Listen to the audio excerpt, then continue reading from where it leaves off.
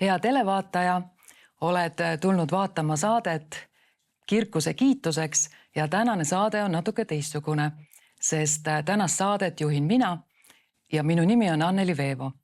Aga ma ei ole siin stuudios üksinda, vaid minu külalisteks, kui nii võib öelda, on saatesarja teile juba tuntud saatejuhid Helina Diana Helmdorf ja Külvi Maisov. Tere teile! Tere, Anneli! Tere! Ja enne kui ma hakkan teile küsimusi esitama, sest et ma tahan teid kangesti intervjueerida, siis ma ütlen mõned faktid. Ehk siis tuletan meelde seda, et esimene saade oli eetris päris ammu juba, oli 7. oktoobril 2024 ja viimane saade juuni lõpus 2026. Et sellesse ajavahemikku on mahtunud 43 saadet, mis on tegelikult väga palju. Ja tänane saade on siis viimane ja sellepärast on ka teistmoodi, et me vaatame tagasi ja räägime sellest, kuidas selle saatesarjal on läinud. Ja ütlen veel ette ka, et tegelikult Helina ja Külvi ei tea, mida ma küsima hakkan. Nii et andke neile siis armu, kui nad võib-olla natuke kahvatuvad ja natuke pabistavad siin. Aga hakkame siis peale. Olete valmis? Ei ole. Ei ole. Mul on väga lihtsad küsimused. Kõigepealt, kelle idee see oli? Kumb siis teist on see autor, et kes tuli selle peale, et teeks ühe saate Piibli naistest? No see saate idee tegelikult on meil olnud juba mõnda aega. Ja selle lugu, sellel on mitu tasandit, selle lugu läheb tegelikult natuke kaugemale. Ma võib-olla ütlen, et soov teha naistele nagu sarja oli juba meil paar aastat varem. Ja meil oli olemas juba lausa kõik stuudio, meil oli disainer võetud, meil oli kõik juba kujundus, meil olid juba töökoosolekud, meil olid juba kõik teemad ja juba külalised ja juba vaieldi nime üle. Ja ma tundsin nagu, et see ei ole vist ikka see, mis me peame tegema. Me olime juba investeerinud, aga ma ikka tundsin, et see ei ole see. Ja siis juhtus nii, et ma panin jälle selle piduri peale, ütlesin, et kuulge ei, et ma ei tea, mul ei ole ikka head tunnet. Siis läks jälle aega mööda ja iga hooaja alguses tuli tiimu juurde, ütles, et kuidas nüüd sellega on, et kas me läheme selle ideega edasi. Ja mu sees ikka ei olnud seda head tunnet. Ja see on midagi, mida sa ei oska tegelikult defineerida. Aga sa nagu saad aru, et tuli ei ole roheline. No, ei. Ja see jäi ootele. Kuni uuesti kuidagi moodi see tõusis nagu esile ja siis me olime ühel hetkel koos Külviga ja ma arvan, et me olime tegemas küsimärgi sarja. Ja selle tõttu oli Külvi meil sageli siin TV7 käimas. Ja siis mingisugustes vestlustes ja vaata Jumala püha vaim alati tõstab asju ette just see niimoodi, et sa räägid ja ühtäkki tuleb mingi asi.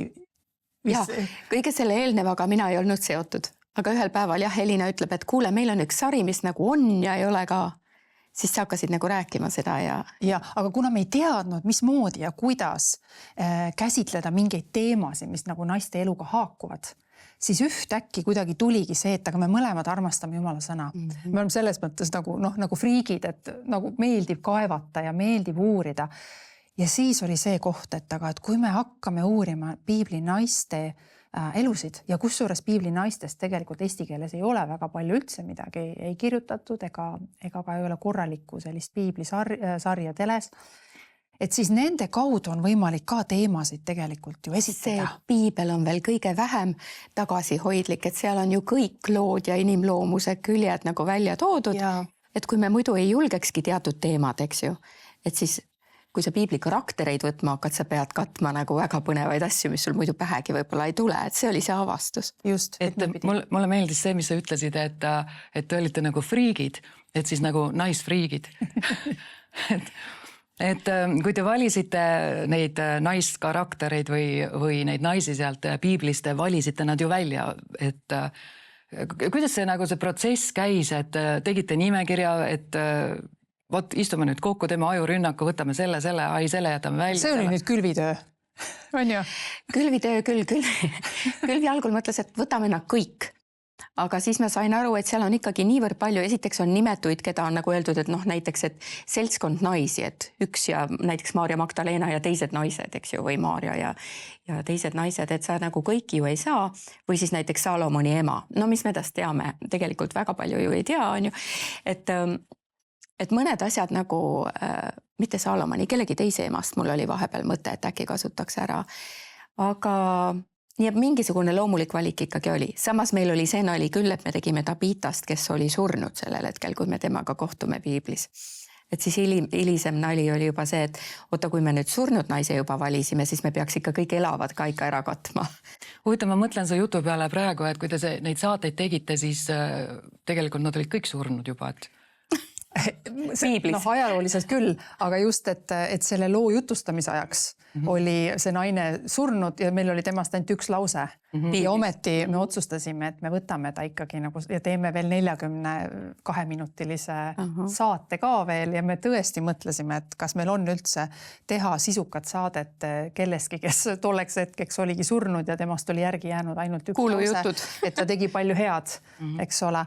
Et see oli üks sükene, aga sina tegelikult enamus ikkagi jah, nagu nimevalikust tegi Külvi.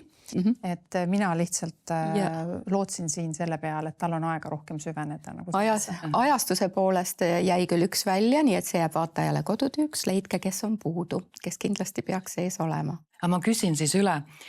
Mina olen oma lastele pannud nime niimoodi, et Jeesuse järgijate hulgas olid Johanna, Susanna ja teised.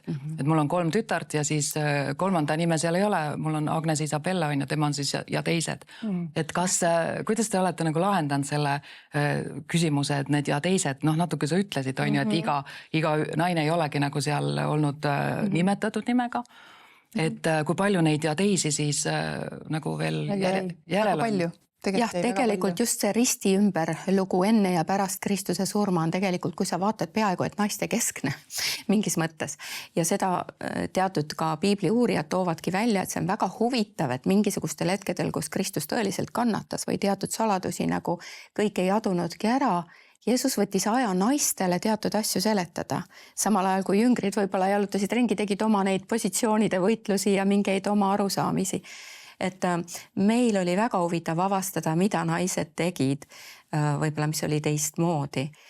Ja võib-olla üks selline asi, mille ma siia tooks ka sisse on, et meil on mõnevõrra tulnud ka saatesse tagasisidet, et isegi mehed on vaadanud seda saadet ja ütlevad, ma ei ole kunagi naisi niimoodi märganud piiblis. Ja meil oli see sama, et me avastasime, et naistel on täitsa eriline roll ikkagi. Ja see pole võib-olla sugugi see, millega me mida me algul ootame. Ma vaatasin, ma olen vaadanud mitte kõiki teie saateid, aga noh, ikkagi mitmeid saateid ja vaatasin muidugi kõigepealt ka üle esimese saate, kus oli see ajalooline kontekst ja siis te seal ütletegi seda, et see saade ei ole ainult naiste jaoks, et mehed tohivad ka vaadata. Ja selles mõttes on tore, et sa praegu selle nagu meelde tuletad, et tegelikult on võimalik ju neid saateid järgi vaadata, arhiivis on nad olemas, kuigi natuke raske on neid leida seal, pean ütlema, pärast ütlen, et kuidas saaks võib-olla paremaks teha, aga põhimõtteliselt, et siis need, kes pole võib-olla saanud õigel ajal kuulata, need saavad siis järgi kuulata ja vaadata, on ju. Aga, ma võin veel lisada selle asja juurde, et tegelikult me ju kasutasime ka natukene inspiratsiooniks konkreetseid materjale. Ja ma tahan lihtsalt näidatagi, et süke raamat oli minul kogu aeg laua peal. All of the Women of the Bible on Edith Tiini poolt kirjutatud aastal 1955. Ja siia on sisse pandud põhimõtteliselt kõik naised, keda on piiblis suudetud kokku lugeda, isegi nimetuna, lihtsalt mingite tiitlitena. Ja enamus karaktereid on siis siin lahti kirjutatud, aga siis on neid, keda siis ei saa kirjutada midagi temast, aga on nimetatud. Nii et see on üks väga kompleksne, hea kogumik nagu üldse piibli naistest ja seda sai kasutatud meil ka nagu sellises nagu enda jaoks nagu abilisena. Ja selle ma saatsin sulle kunagi Ameerikast, kui me veel üldse keegi palus mul selle sulle saata enam. Päriselt, ma mõtlesin, et sina tahtsid mulle selle kinkida. Sellega on üks metatasand, ongi see lugu, et kunagi me veel ei tundnud, aga me olime natukene kohtunud mingites naiste osadustes ja me olime nagu aru saanud, et me mõlemad armastame tegelikult ikka seda piiblit nii väga nagu kuidagi lugeda. Nagu friigid. Ja Külvi kinkis mulle tegelikult selle raamatu 7 aastat tagasi. Ma vaatasin just täna hommikul, ta on mulle kirjutanud siia pühenduse. ja ta on kirjutanud, mõtle, sa ei tea seda enam. Sinugi raamat on kirjutamisel isa ees, olgu püha vaim selle autor.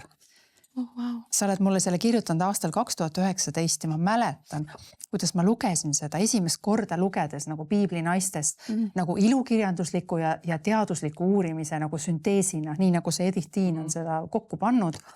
Ja mõtlesin, vau, ma ei ole kunagi piibli naisi niimoodi nagu osanud vaadata ja see oli nagu nii mõnus hetk ja ega ma rohkem edasi ei mõelnud, kuniks me hakkasime tegema seda sarja koos ja ma võtsin selle uuesti välja ja mul on see olnud nüüd nagu ka niimoodi taustal lugemisel, et see on läinud sinna 7 aasta taha tegelikult, et Külvi on mulle selle raamatu Ameerikast toonud. Ja kes oleks siis ette kujutanud, et me täna siin istume. Nii, aga räägime siis nendest saatekülalistest ka natukene. Et sa, Helina, ütlesid alguses, et kui esimest korda see mõte tuli ja kõik suured plaanid olid juba tehtud, et isegi saatekülalised olid olemas ja sa pidid nad saatekülalised nagu pausile panema siis ühtlasi koos selle esimese ideega. No me ei olnud neid veel ametlikult kutsunud, aga nad olid paberil. Olgu. Okay. Ja kas neid saatekülalisi oli kerge leida? Kas need jäid samaks nagu siis sa mõtlesid või kas pidi tegema muutusi? Et räägime natuke saatekülalistest. Kuidas te nad leidsite? Räägi oma esimese saate ideedest. No, esimene oli natuke teise suunitlusega, see oli nagu teemakäsitlus, probleemikäsitlus väga tõsistel ja rasketel teemadel. Need võivad olla vägivaldsed suhted või mis iganes nagu lein või mingid muud valusad traumad ja meil olid mingid inimesed, kes on kogenud seda oma elus. Et see oli nagu väga tõsine amps, mis meil oli algselt plaanis nagu võtta. Ja õnneks Jumal vabastas sellest koormast, et minna kohe sellise raske tüki kallale, et ta tõi meid siia lihtsalt piibli naiste juurde, kus tulid ka tõsised teemad välja, aga hoopis teistmoodi, et me jaksame seda kõike nagu kuidagi läbi seedida, läbi nende naiste lugude. Ja ega meil külaliste leidmisega oli ikka nii ja naa. Et me ikka mõtlesime palves, et milline naine sobiks mingi karakteriga või mingi teemaga. Et päris nagu suvaliselt ei kutsu, et see osa oli küll, et kaalusime, mõtlesime ja ma tean, et mõne naisega meil oli näiteks päris keeruline teda kätte saada. Kas ta elas liiga kaugel või oli seal nagu midagi, et siis meil oli ikka täitsa kriis, et sa nagu ei oskagi asendajat talle leida. Aga teil oli nagu kokkulepe oli olemas ja siis ta ütles, et ta ei saa niimoodi või? Ei, kokkulepet ei olnud, pigem oligi see, et me tahame just sind, just selle teema peale, aga inimene kas ei saa või ei tule välja üldse. Mõne inimesega oli, et 3. korral ta lõpuks jõudis kohale, eks ju, et noh, et ikkagi kogu aeg oli midagi ees.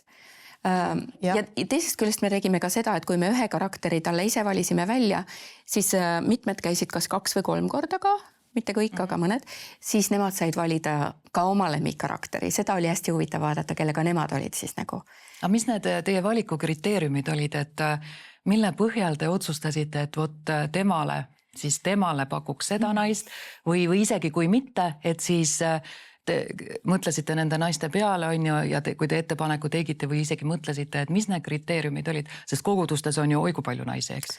Naisi on, aga üks asi on, et me kõik naistena kanname teatud ülesandeid ja ka teatud rolli ja teatud võidmist, mis on väga-väga hea, aga mis teeb selle, vähemalt selle saate jaoks oli meil südames, et see inimene peab suutma neid asju ka väljendada vaatajale arusaadavalt. Ja see ei ole kõigile üldse lihtne. See ei ole meile ka lihtne sugugi. Et sa üritad mingeid asju sõnadesse panna, mis kannavad sellega võib-olla uuele vaatajale või kuulajale, et ta saab aru, millest jutt käib. Nii et ta peab suutma ühelt poolt teemast aru saada, aga teiselt poolt ka nägema just nimelt ka nii-öelda neid taevaseid printsiipe ja vot siis seda nii-öelda piibli juttu, et kuidas need asjad omavahel kokku saavad. Nii et see oli ka palve teema. Minu meelest oli see tihtipeale nii, et me palvetasime ja siis tuli keegi mõttesse.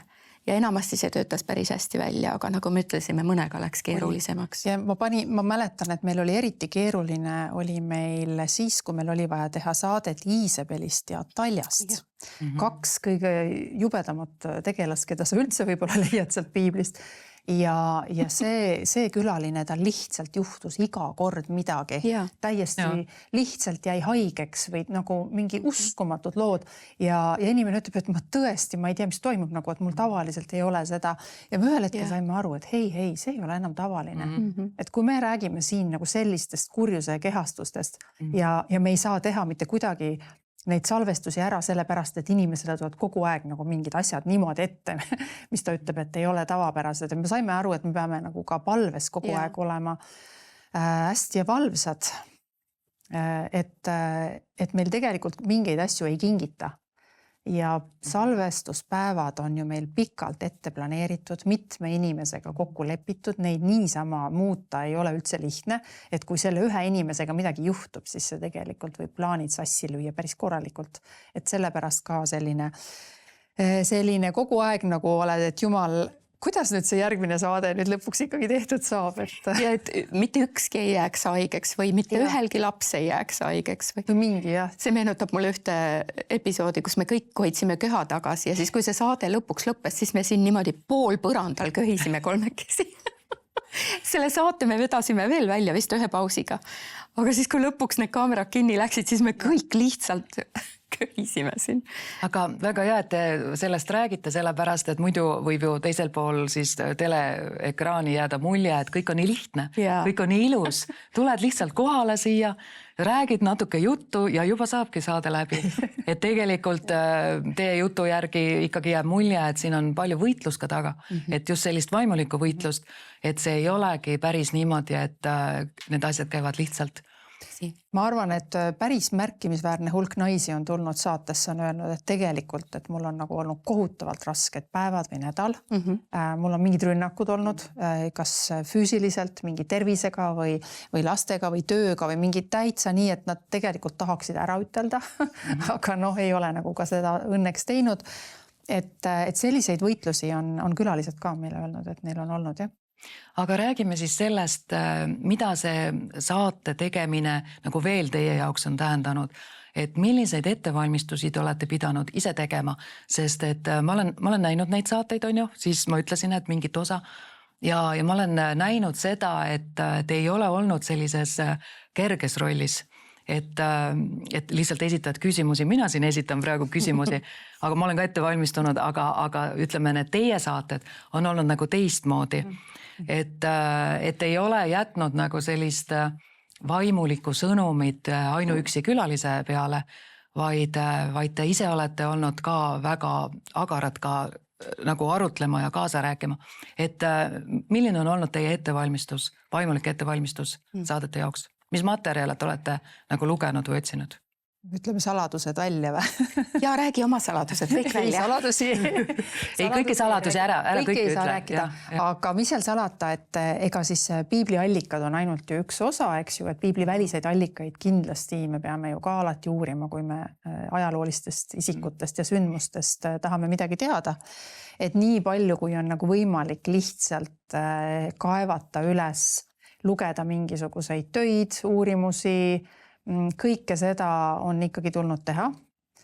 Ja kui sa nüüd küsid, et kas tehisintellekti käest ka küsid, on ju, siis... Ma ei küsi. Eks, et tegelikult nagu kõik variandid vaatad üle, mis on nagu tõene, mis tundub olevat nagu märkimisväärne, mida kasutada. Hästi palju lugemist ja ega eesti keeles väga palju ei olegi midagi, et see enamalt jaolt tähendabki, et sa otsid ikkagi võõrkeelsest kirjandusest asju. Ja samas kõige selle juures kogu aeg küsides, aga mis on nagu see mõte või põhisõnum, mis siit peaks nagu välja tulema, et me ei lähe ka ainult nendesse detailidesse, vaid me selle juures hoiad üleval seda teist tasandit, seda vaimulikku tasandit selle loo juures. Ja see on nagu ikkagi koht, kus lihtsalt palud nagu Jumala käest ilmutust. Meil on nagu, me alati palvetame enne saadet ja me palvetame seda, et see oleks nagu mingisugune püha vaimu ilmutus meile kõigile selle saate ajal ka. Sest ega me ju ei tea, mida meie külaline tuleb rääkima. Me eelnevalt ei räägi läbi. Me ei küsi, et mis sa sellest arvad ja mis sa sellest arvad. Põhimõtteliselt me tuleme siia laua ümber kokku ja me oleme valmis üllatusteks. Äkki võib juhtuda, et tal on hoopis mingi teine joon ja ma olen vahel mõelnud, et mis siis saab, eks ju. Me oleme paar ikka ennetanud ka.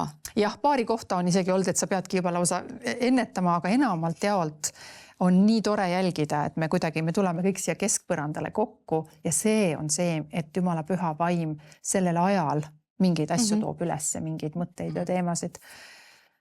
Jah, aga me igaüks uurime iseseisvalt. Ja aga Külvi, räägi ära, mida te olete ennetanud? Me tahame kangesti teadada. Ma mäletan, üks oli Maarja, kui tuli see Maarja, kellest oli 7 teemonit välja aetud, eks ju, et kas see on nüüd see sama Maarja, kes on, eks ole, hiljem Jeesuse jalgades loomulikult, eks ju, aga et kas see on, ühesõnaga ajalooliselt mõned inimesed on vaieldud, kas see on see sama inimene või on see siis see teine inimene. Või siis ma mäletan, kellelgi oli väga peen ilmutus kellestki naisest üleüldse. Me oleme natukene ikkagi üritanud, et me räägime infost, mis on selle naise kohta, kuigi vahel see on keeruline, sest tema ümber on väga tugevad isiksused ja me tahaksime rääkida selle piibli olukorrast väga palju, aga tegelikult me tahame ju naisele fokusseeruda. Ja siis ma mäletan, ühel korral oli olukord, kus oli üks noorem külaline, kes oli saanud suure ilmutuse, mida see naine kõik pidi läbi elama ja kuidas, mida see lugu kõik tähendab. Ja siis ma mäletan, õnneks meil oli natukene ennem vestlust ja siis oli, et alustame nüüd sellest, mis piibel räägib, eks ju, ja siis vaatame sealt edasi, et kui me jõuame selle, et lihtsalt sa tõesti vaimus, ma ütleksin palve läbi nagu, mina ka ennem, kui ma tavaliselt õppima või otsima asju lähen, ma küsin Jumal, mis on selle asja süda tänaseks päevaks. Sest tihtipeale neid naisi on palju kordi juba läbi õpetatud ka. Aga tuleb ju, valgus läheb eredamaks ja mõned nurgad, mis on just täna olulised. Et me ei läheks nagu vanadesse rütmidesse, vaid et me avastaksime, mida Jumal täna nende asjade kaudu tahab rääkida. Ja neid on palju. Ma ütleksin, et kui piiblit värske pildiga vaadata, siis sa vahel ikka mõtled, kuidas ongi see siin meil kogu aeg olnud ja keegi pole nagu umbes sellele veel vähemalt minu kuuldes tähelepanu pööranud ja kuidas see võimalik on? Neid avastusi on. Kas teil on olnud saadete tegemisel teinekord sellist tunnet, et saade ei vea välja? Et nagu läheb käima saade ja nagu ei ole ja noh, ma kujutan ette, et teil on ju ikkagi omad sellised ootused, et milline see saade võiks välja näha ja nagu ei tule. On olnud, ma vist mäletan umbes paari korda küll, kus on väga raske nagu olnud, et on siuke tunne, et ikka vist nüüd ei tea, aga meil nagu ei lähe see asi väga hästi nagu käima, et raske on kuidagi seda edasi lükata. Et see on olnud nii, aga samas ma tean seda, et lõppkokkuvõttes Jumala sõna ikkagi kõneleb ja kellelegi alati midagi kõneleb ja et me nagu nulliringiga ei jää, aga on... Teine asi on huvitav, mida ma olen märganud, et me võime omavahel tunda, et kas on, ja küsimärgi saatega oli sama, et vahel sulle tundub, et ei tea, kas üldse tuli hea saade, aga hiljem vaatad, Jumal räägib seal sees nende selle sama isegi pauside ajal või mingi küsimuse kaudu ja sellest tuleb midagi, mida ma vaatan, oi, see on tegelikult väga hea saade. Mina lihtsalt sellel hetkel ei jaganud ära, mismoodi see välja nagu tegelikult joonist. Sest endal oli mingi teine nägemus. Endal oli oma ootus mingi teine. Aga Jumal on selle keskel ikkagi ka seda ka nagu kasutanud. No ja tegelikult ega nii nagu kommunikatsiooniski on ma arvan, et telesaadetega samamoodi, et sa kuuled seda, mis sa tahad kuulda. Et sa vaatad pilti ja sa tegelikult kuuled ikkagi seda, mis sa tahad kuulda. Et see puudujääk, mis sul võib-olla endal on ju, sa võib-olla saadki kosutust sellest saatest, on ju, nendest kõnelustest ja loomulikult saatejuht võibki, tal on omad vabistamised ja omad mõtted ja et võiks natuke kiiremini või võiks sealt nagu edasi minna, aga televaatajal, temal on hoopis võib-olla teistsugused ootused ja tema need ootused saavad võib-olla hoopis teistmoodi rahuldatud. Tõsi. Ja väga raske ongi, see risk on alati enne saadet, et kuna see tuleb nagu mitme peale ühine saade, siis sa nagu täpselt ei tea ju, kuhu suunda ikkagi see asi nüüd nagu läheb, mis siit nagu kõlama jääb, kui palju keegi midagi nagu siis siia seda tuld viskab või õhutab, et see teadmatus on nagu alati iga kord enne saadet. Ja isegi, et kui julgelt keegi vastab. Et see on nii huvitav, et mõnikord meil on stuudios siin ees või taga pärast väga huvitavad vestlused, aga mõni külaline kahvatub, kui kaamera tööle läheb. Seda õnneks meil ei ole väga näha olnud, aga see risk on. Et mõnikord sul on väga põnev inimesega eraviisiliselt rääkida, aga ta nii kui kaamera läheb tööle, et ta enam ei tule nii erksalt välja see asi. Aga... Teil on olnud siin külalisteks ka väga auväärseid naisi ja minu küsimus teile on see, et kas teil on tekkinud ka sellist tunnet, et äkki te jääte nagu alla oma külalisele võib-olla sellise, ma ei tea, võib-olla teadmiste pagasiga või mingis emotsionaalses plaanis, et võib-olla, kas teil ei ole niisugust mingit väikest alaväärsust tekkinud? Mulle nii meeldib see, et me saame targemate naistega kokku. Minu meelest see on just see, mida nagu tegelikult ootad. Et meie ei taha särada tegelikult nagu üle külalisest sugugi. Ja mul on mõnikord piinlik, et kui olen mõnikord liiga palju Maarost rääkinud, et appikene külaline ei saanud üldse rääkida, mul muudkui tuli järjekordne kõva mõte. Aga on, ikka paar naist on niimoodi, et ma ikka mõtlen, et appi, et ma siin ei hakkaks nüüd mingisugust viltust juttu ajama, et nagu valva ja kuula ja väga põnevad külalised. Me oleme hästi tänulikud sellele ka, kuidas on naised, minu meelest siin ka erinevate koguduste ja denominatsioonide naised saanud koos olla. Väga suur privileeg minu meelest on meil olnud. Mina kinnitan ka seda, et väga põnevad saatekülalised on teil, et enamusi, ma peaks ütlema, võib-olla mitte enamusi, aga ütleme poolasid võib-olla ma isegi ei olegi kunagi kuulnud. Et minu jaoks oli ka väga suur avastus kuulda, et sa võid ju välimuselt inimest teada, eks ole, aga kui sa ei ole kuulnud seda või näinud seda sügavust, mis inimese seest välja tuleb, et see avastus on nagu suurepärane.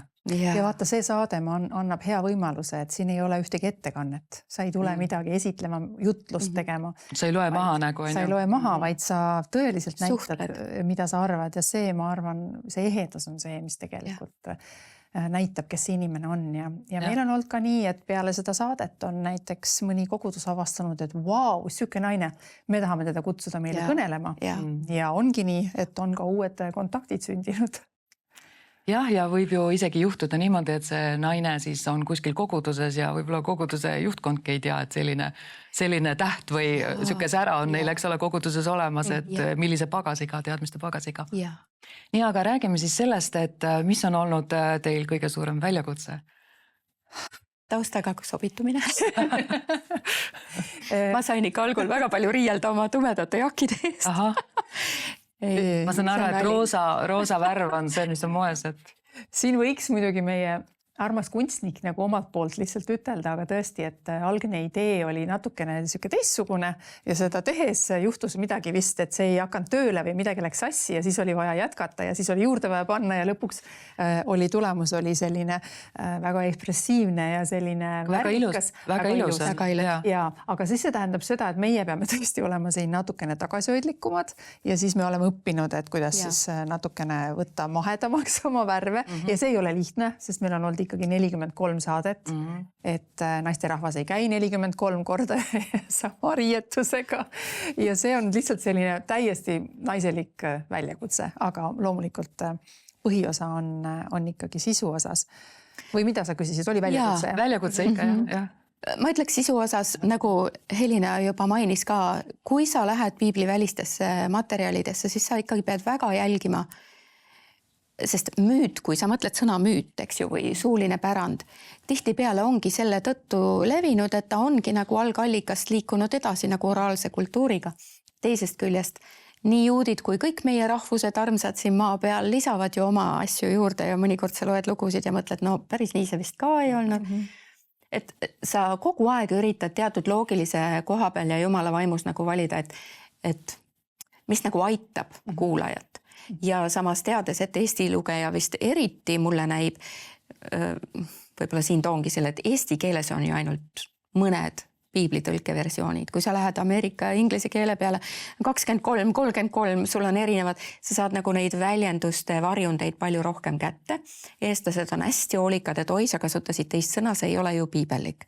Aga tegelikult on see sama heebrea keel on lihtsalt nii mitmetahuline, et sa võid teda tõlkida terve selle skaala ulatuses, et mõnevõrra see äratundmine, et okei, saame selle ivasid nüüd kätte ilma, et täpselt selle sõna kallale nagu minna, et seda välja visata, kuna see ei ole eestikeelses tõlkes. See on olnud minule nagu raske, et nagu seda arusaamist julgemini võib-olla nagu ütleksin, et loeme nagu avatud vaimuga, üritame aru saada, milleks Jumal on selle sisse pannud ja mitte karta, et kõik tahavad petta, kes on väljapoolt nagu midagi öelnud või kirjutanud. Ja samas tõesti, et mitte midagi ise lisada ega juurde panna Jumala sõnale ega ka ära võtta. mina olen ise lugenud ka mingit teistkeelset piiblit kõrvale teinekord ja ma mäletan seda ükskord, kui ma võtsin saksakeelse piibli, saksa keelt ma ka natuke loen ja ma võtsin nagu 2 piiblit kõrvuti, et oota, kas see on nagu see sama jumala sõna on ju. Ja seal see sõnastus, mis eesti keeles oli, mis oli täiesti, lihtsalt sa loed mitu korda, sa ei saa aru, mida seal on tahetud öelda. Selline keeruline sõnastus on ju, inimesed ei räägi enam niimoodi ja tõesti oled nagu hädas. Ja siis, kui ma lugesin saksakeelset piiblit, seda sama kohta, siis ma vaatasin, et miks ei võiks meie eestikeelne tõlge olla nagu nii lihtne ja arusaadav. Et selles mõttes teises keeles kõrvale lugemine, ta annab, avardab seda pilti on ju ja ta aitab siin mingisugusest sellisest kitsast kohast üle, on ju. Ja ma arvan, nende lugude jagamine ka natuke aitab võib-olla mingit pilte nagu lahti kirjeldada. Minu jaoks on olnud ka hästi kaalukas siin see vastutus, mida ma olen tajunud just see, et me läheme nagu jumala sõna lugudega nagu interpreteerimisele ja kas ma nüüd ikkagi oskan seda nagu piisavalt teha, kas, et ma midagi inimesi eksiteele ei vii või kuidagi see vastutus on nagu see üks väljakutse, et sa tegeled ikkagi pühade asjadega, eks. Ja samas muidugi eksimine on inimlik ja ka Jumal on ju arvestanud, et läbi ajaloo on inimesed tema sõna tõlgendamisel ju eksinud, aga me tahaksime ikkagi olla eksimatult oma saated ära teha. Eksimatult või? Ärge lootke, kallid juhtunud. See ei saagi olla, aga vaatad kommentaare. Ma lihtsalt tahan öelda, sa võid ju oma raamaturiiulistki võtad kommentaarid või raamatukogust, ütleme siis nii. Ja need kommentaarid võivad nii oma pidi peati kokku minna, et tegelikult siin ongi see, et me ei saa mitte kommentaaridest ega ajaloolastest teha nagu neid ebajumalaid. Pigem minna tõesti läbi seda, mis on kirik, nagu Jumala sõnagi ütleb, et apostlite ja nende õpetust mööda minna. Et selles mõttes kiriku isad on palju vaidlusi ära vaielnud, mida meie täna võib-olla ei tule pähegi, et oota võiks otsida, et mis varem öeldud on. Ma nagu üldse olen seda õppinud, et väga paljud asjad on tegelikult ammu läbi otsitud, väga hea on, kui me oleme neist teadlikud ja võtame õppust nendest, et mitte teha jälle neid lapsepõlve beebi vigasid nagu. Kas on olnud mõni meesterahvas, kes on öelnud teile, et ei naised, nii need asjad nüüd küll ei käi ja niimoodi ikkagi küll ei tohi tõlgendada? Kas on keegi teile tagasisidet andnud? Tead, isegi viimases saates siin ma olen paar korda visanud mõned sellised piiri peal mõtted välja ja ise seda öelnud ka, et nüüd ma räägin siin ketserlikult praegult. Ja meil ei ole vist sellel teemal vastukaja olnud. Meieni ei ole jõudnud. Meieni ei ole jõudnud. Ja, ei ole. Väga tore, aga mis on olnud suurimad ebaõnnestumised? Et me rääkisime väljakutsetest, on ju, aga nüüd ebaõnnestumine. Kas on üldse olnud? Ma ei nimetaks ikkagi vist ebaõnnestumiseks, sest ma nagu saan aru, mul ei tule üldse, ma mõtlen ka nagu laiemalt, mitte ainult seda sarja, vaid kogu näiteks ka TV7 töös, et ma nüüd sellist sõna kui ebaõnnestumine isegi ei ole saanud kogeda, sest Jumal alati keerab meie mingisugused veakesed või mingid lonkamised või muud läbikukkumised, ta keerab need ikkagi lõpuks nagu heaks. Et kõik tuleb kasuks neile. Kõik tuleb ja see ei lähe nii, et see oli nüüd nagu nulliring või miinusega ring. Ei, ta alati teeb. Et meil ei ole siin ka olnud, et võib-olla me oleme ise vahel tundnud jah, et lihtsalt, et mõni saade äkki minu meelest ei tulnud nii, nagu ma võib-olla oleksin kuidagi vaimusilmas kujutlenud äkki, aga see ongi, nagu me alati ütleme, natuke subjektiivne ka ja see muutub ka ajas. Et võib-olla hiljem avastada, et ei oldki nii, nagu ma alguses arvasin. Aga mis on olnud nii-öelda sellised küll äpardused, ma võin öelda, et meil on 2 korda olnud nii, et me oleme nagu, vähemalt mina olen sattunud nagu, et meil on vale naine. Tähendab külaline või piiblitegelane? Piiblinaine oli vale.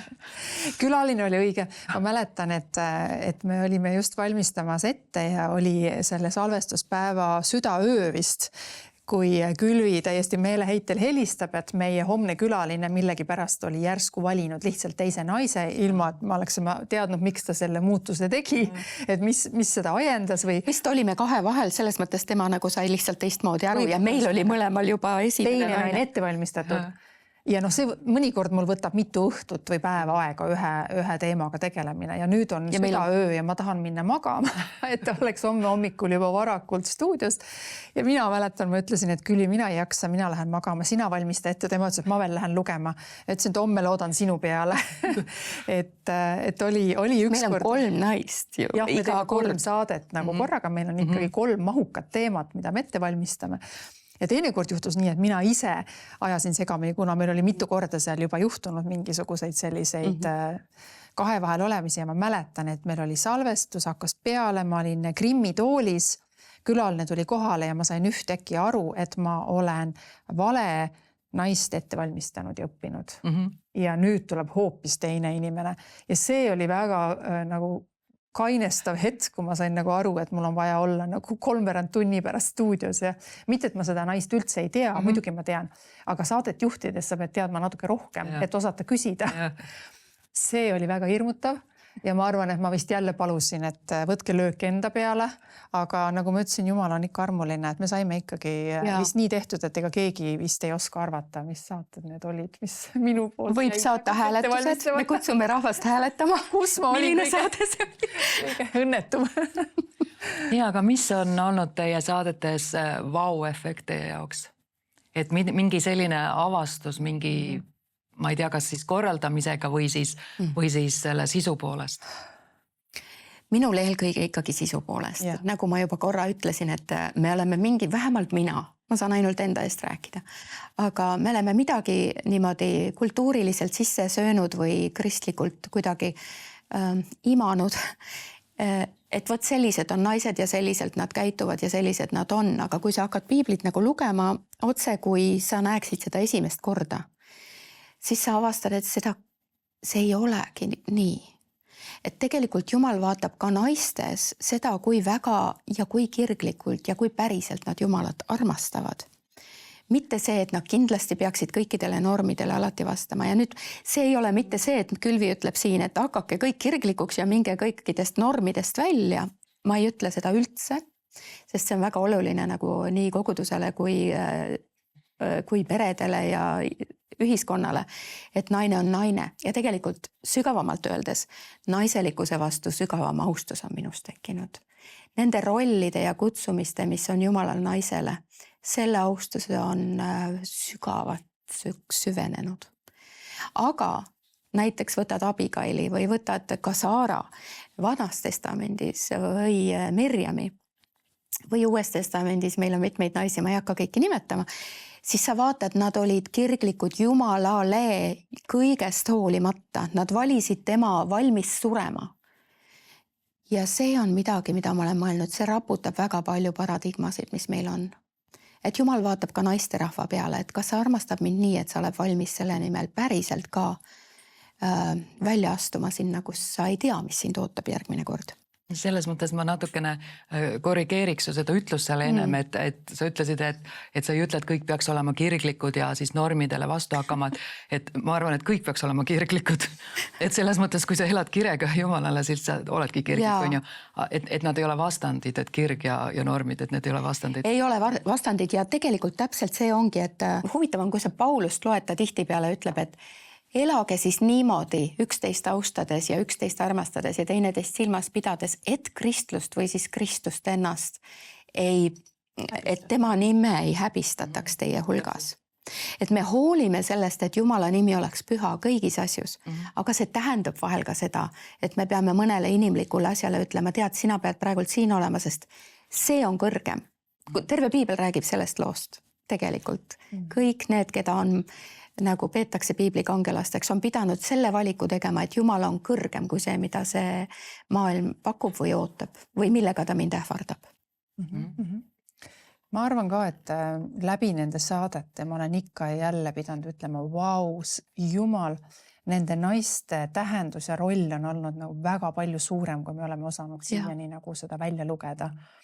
Ja võib-olla ka konkreetselt algkoguduse osas, Uue Testamendi naiste osas, et kui sa hakkad nagu vaatama, kuivõrd mõjukad olid tegelikult mõjukad heas mõttes, olles vastutaval positsioonil, kas koguduse juhtimises, toetamises, või siis need, kes Jeesuse juures tõesti olid nagu viimse hetkeni ja sa saad nagu aru, et või võtame kas või Lüüdia, eks ole, et kui Lüüdia ja need naised, kellele Paulus läks esimestena Euroopas kuulutama evangeeliumi, kui nad ei oleks sealt seda edasi viinud, oleks see sõnum nagu just nagu sinna jäänud, eks ole, nende keskel ainult.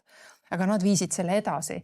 Ja siis sa saad nagu aru, et kuidas Jumal on tegelikult ikkagi naisi nagu väga strateegiliselt kasutanud igal pool. Ülestõusmise kuulutamine, samamoodi naine, eks ju, siis see naine, kes oli kaevul, jälle läheb paganate hulka rääkima või siis Samaariasse. Et see on huvitav ja kui nüüd tuua tänasesse päeva, siis Indias ja Hiinas räägitakse, ongi väga suur osa missionäridest, nendest, kes päriselt lähevad ja oma eluga riskivad evangeeliumi nimele, ongi noored tüdrukud, naised, nad ei ole vait, nad lihtsalt lähevad välja ja ütlevad, teate, ma olen avastanud, Jumal on ja nii, et sa ei pane seda potti ega kotti kinni, et Jumal on kutsunud ja kallanud oma vaimu välja nii meeste kui naiste, nii vendade kui õdede peale, et meil on seda kõike vaja. Kes teie lemmikud on? Väga hea lühike küsimus. Jah. Mulle ikka Foibe meeldib. Ma natuke kadestan Foibet. Miks ma kadestan teda? Mul lihtsalt seda õppides ma hakkasin mõtlema, et appi, kui palju ta pidi Paulusega ikkagi aega veetma, et ta oli võimeline aru saama sellest õpetusest piisavalt, et selle kirja edasiandja olla. Me rääkisime selles saates ka, eks ju, et sellel ajal ikkagi, kui keegi valiti kirjakandjaks, siis küsimused selle kirja kohta tõenäoliselt langesid just temale, sest tema ju tõi selle kirja, tema oli kontaktis sellega, kes selle kirja kirjutas. Ja ta ei olnud ühes koguduses, vaid ta käis selle Rooma piirkonna läbi ja tal oli meeskond kaasas, aga Paulus ütleb tema eest, vaadake, et tal oleks kõik olemas, sest et tal on missioon.